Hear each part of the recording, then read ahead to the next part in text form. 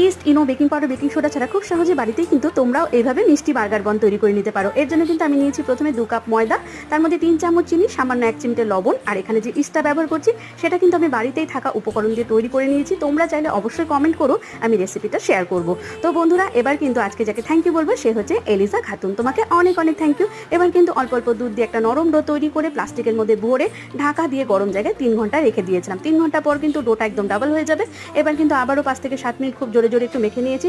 এখন কিন্তু সমান অংশে 3টে লেচি কেটে নিচ্ছি। এবার কিন্তু আমি বানের শেপ দিয়ে নিব, গোল গোল করে কিন্তু এইভাবে করে বনগুলো শেপ দিয়ে একটা থালার মধ্যে তেল ব্রাশ করে তার মধ্যে রেখে কিন্তু বন্ধুরা এখানে যে বনের যে উপরে কালারটা সেটা আনার জন্য কিন্তু এখানে আমি ডিমের হলুদ অংশটা ব্যবহার করব।